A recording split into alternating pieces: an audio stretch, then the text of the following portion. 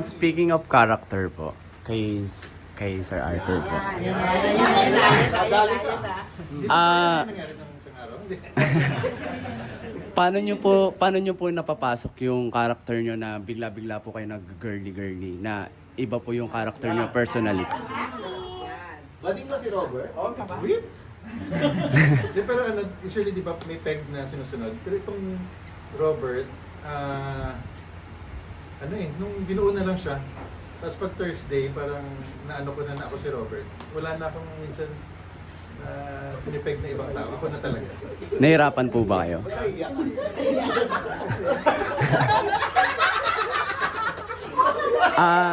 Nahirapan po ba yung gawin yun? Ayun ang parang bakit nung nauna si Robert. Nag-adjust, yes. Pero nung huli na, hindi na. Nahirapan ka mag-adjust sa character Yun nung mo. una, nung pinaano na, nung dapat medyo, ano, Guwapong driver ka na macho. Pero kuya, di ba sa Bukon, gano'n na ba siya agad? Hindi. Wala pang ano, shopping. Yun yung nahirapan na siya dun sa macho na part. Ayun, nahirapan ako nung una nag-Robert, yung lines na minsan, ano ba, basta yung gano'n, yung normal na dati. Macho. Eh, nung ano na, nasanay na. So mas ano siya, mas okay siya doon sa Robert, di ba? Nahanap niya na yung identity. Naghahanap niya. So happy. Pero kala ko talaga nung Bukon, Becky siya. Kasi, pero di ba may pagka-vain ka talaga in real life? Hello? Hindi kaya na, twist din yung character, di ba? Na ano din yung character. So pag ako hindi personal, yung pagiging tanga ko, yung sa kanyang vain personal. Ito ba, isa pag Thursday kasi alam ko na, ay, taping day, ako na si Robert. Yeah. Pero ngayon, Monday pala ako na si Robert. Kasi sa ibang show.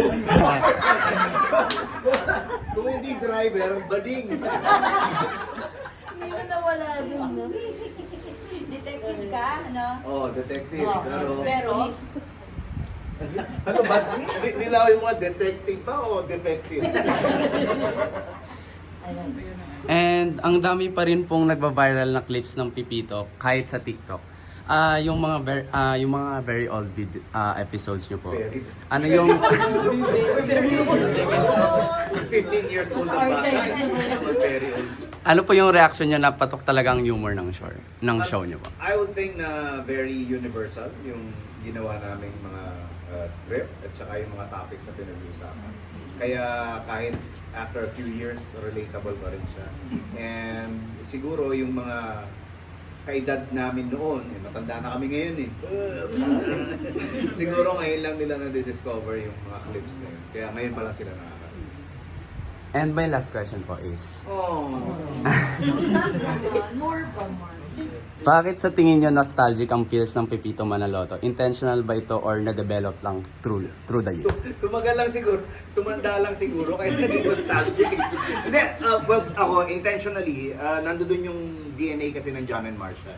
So yung mga kasing edad ko, na nakakapanood dati ng John and Marcia, nakakapanood ng Pipito, parang, pareho ng vibe ah. I mean, even yung habit, yung watching habit ng family na nag-gather around the television at a certain time na kami dati pag Fridays yun, kami dyan.